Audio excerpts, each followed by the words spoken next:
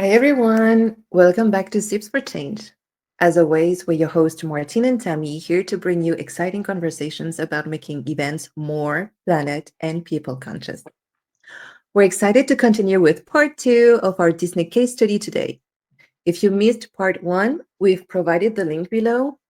In part one, we focused heavily on the environmental commitments of Disney, and today we'll be diving into discussing more of Disney's social commitments, since, like all businesses, Disney's efforts here are just as complex. We've seen some great progress showcasing diversity and inclusion on screen with films like Encanto, Raya and the Last Dragon, and Black Panther, authentically representing diverse cultures. I agree. Encanto and Black Panther were phenomenal movies, and you can tell Disney put in the work to make those films authentic, from consulting with cultural experts to casting appropriately and incorporate genuine storytelling.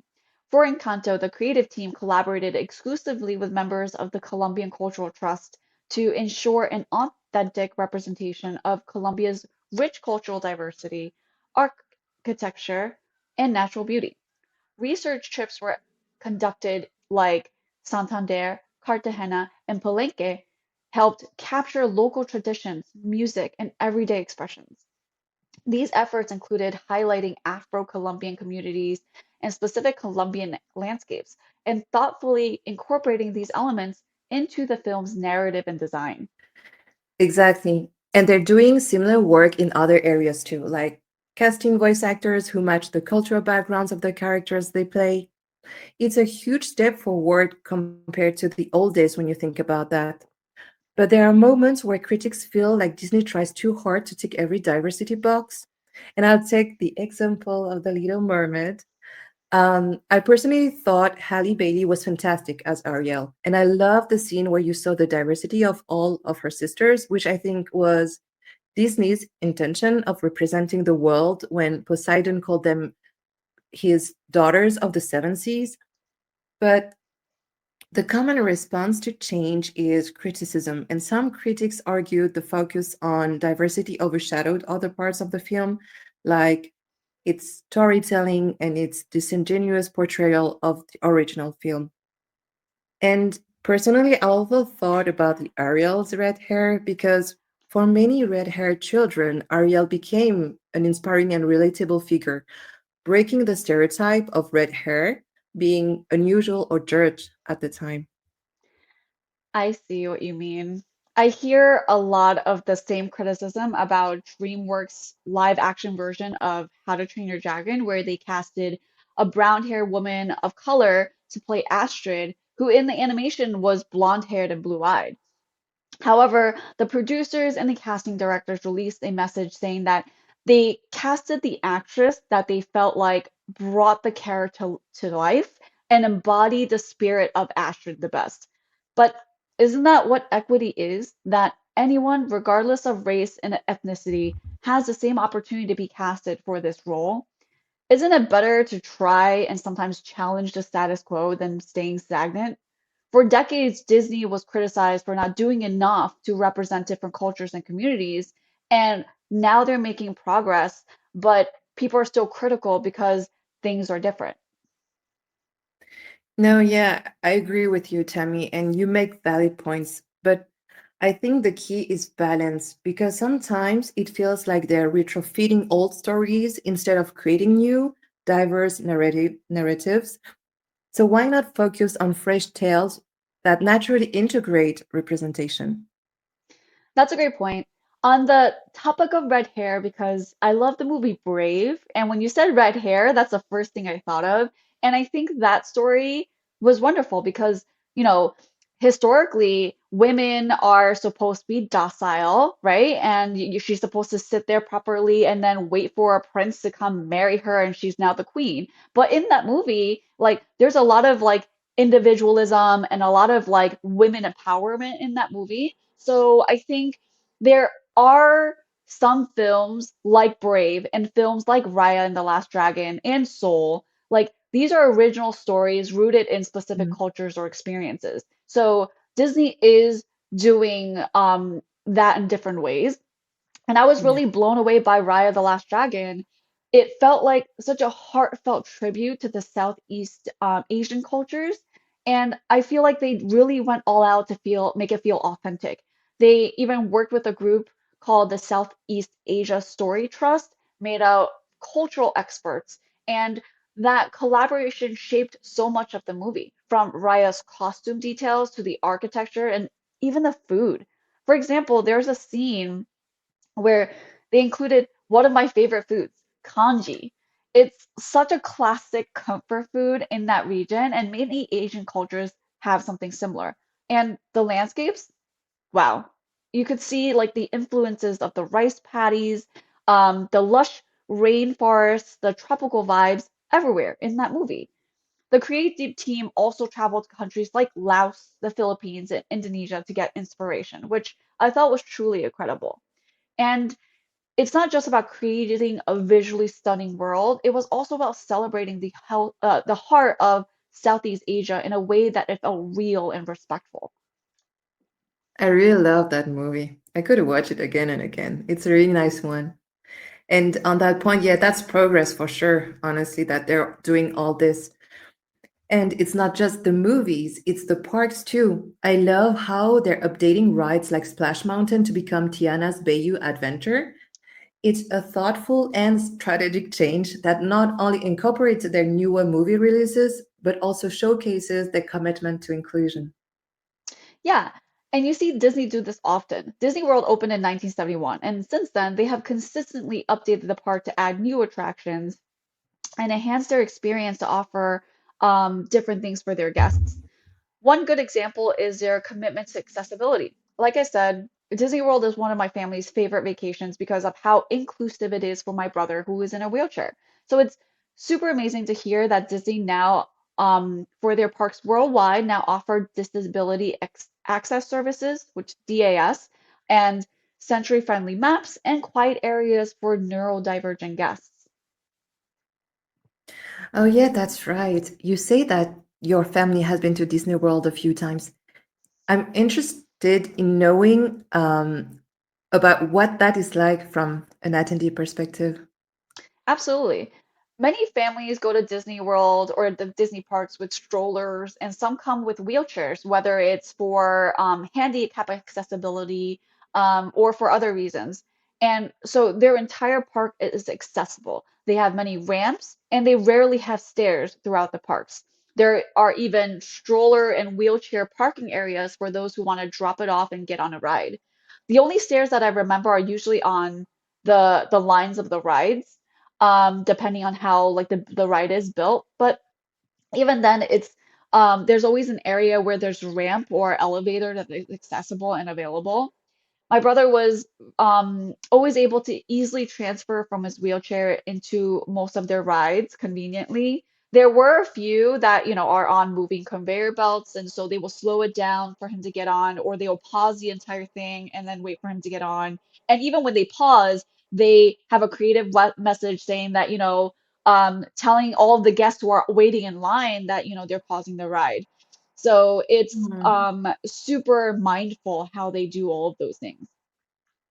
I love that. This is amazing.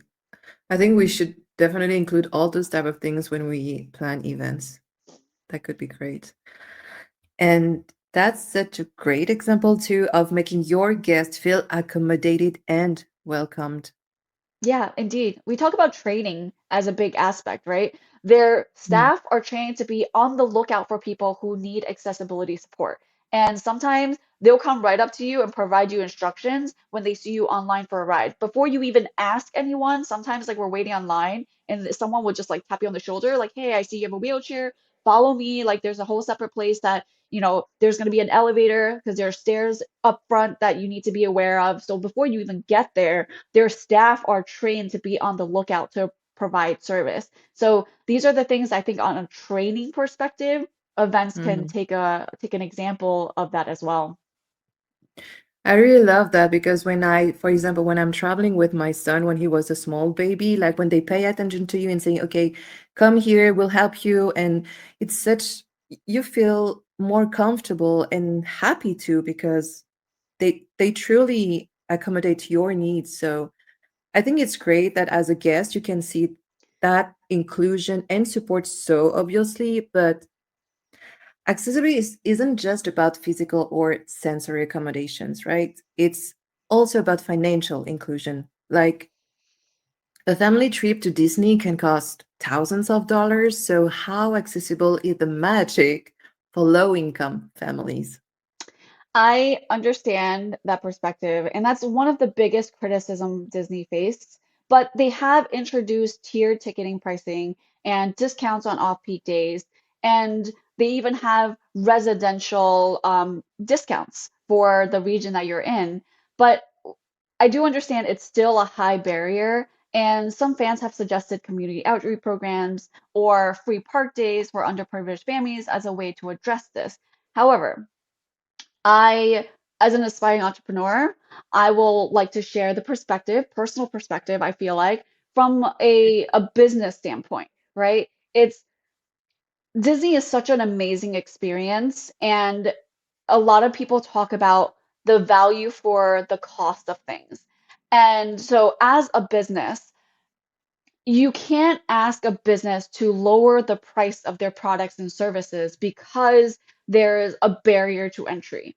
There Mm. are, like they said, in their websites, there's ticket pricing tiers and they're off-peak days. So they are doing their due diligence to provide people with the access, but at the end of the day, they provide top tier service. They provide really Yeah, an amazing experience.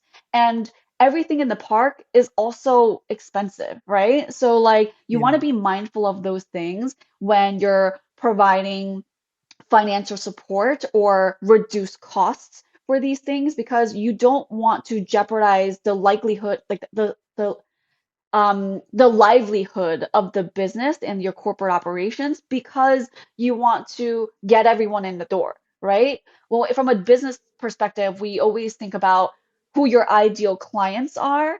And, like it- I've heard that Lamborghini doesn't make commercials because they don't need to advertise commercials for their cars because people know Lamborghini.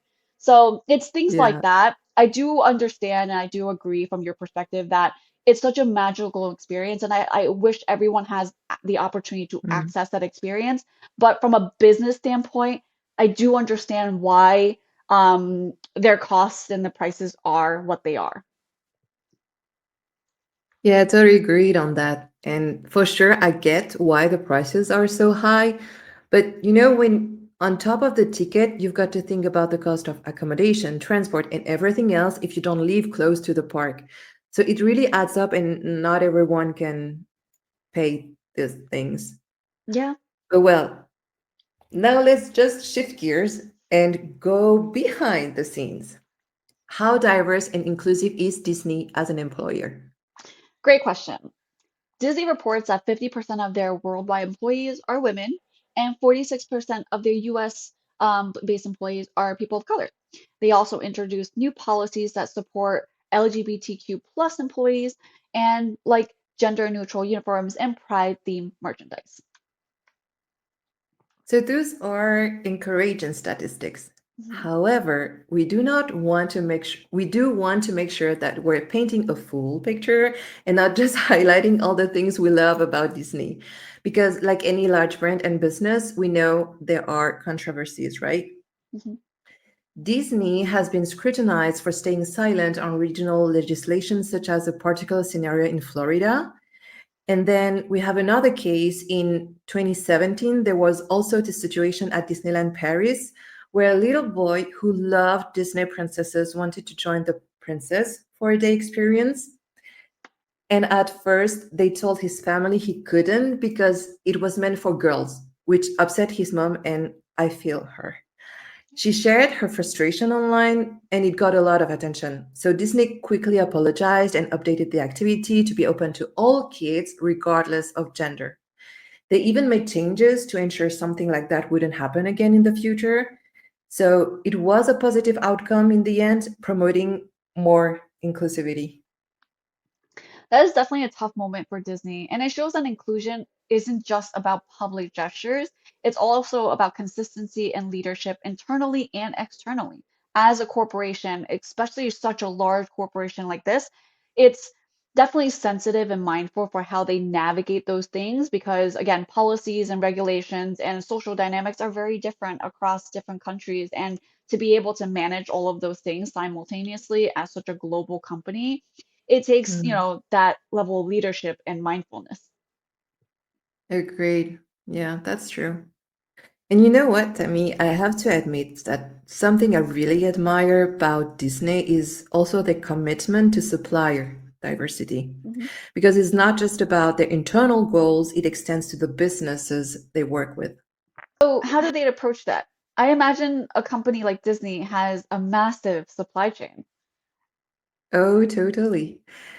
Disney actively works to include suppliers owned by women, minorities, veterans, and people with disabilities into their ecosystem. For example, they participate in diversity programs that connect them with small, underrepresented businesses. They also have a supplier diversity program, which is part of their broader focus on promoting equity.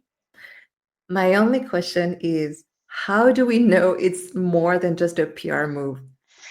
That's a great point. And we talked about a little bit of this in part one, right? And I think it's good that at least Disney actually sets measurable goals for their supplier diversity initiatives. They've pledged millions of dollars in spendings with diverse suppliers, and they actually report on their progress. For instance, in fiscal year 2023, they actually achieved their goal a year earlier, and they were even recognized for their commitment by organizations like the National Minority Supplier Development Council. And like we said in the previous part one, even if it's for PR, the simultaneously intentional efforts of Mm. making the commitment, and it's just as good because at least there is that commitment and they're reporting on it. So, but as usual, we're adding all the resources and links below if you want to read more about those. Yeah, Tammy, it's impressive. And I guess this also impacts the communities they're sourcing from. Exactly. It helps create economic opportunities in marginalized communities. By partnering with diverse suppliers, Disney not only brings in fresh perspectives into their operations, but it also supports entrepreneurship and growth in those areas that need it most. In one of those behind the scene efforts, it makes a big difference because at the end of the day, like I said, it doesn't really matter why they're spending the money with select companies or groups of people. The money is being spent, and those businesses Mm. are getting opportunities from that. Yeah, I agree. I suppose it's fantastic what they're doing, right? So, and I suppose it also aligns with their on-screen efforts too. Like we mentioned that earlier when we talked about Raya and Black Panther, right? It looks like they've seriously committed to include storytelling by consulting with culture experts and casting actors who authentically represent the characters they play. Yeah, but do you think they're doing enough of this globally? For instance, in regions like Asia or the Middle East, do Disney's inclusion initiatives translate in the same way? Now you're asking the tricky questions.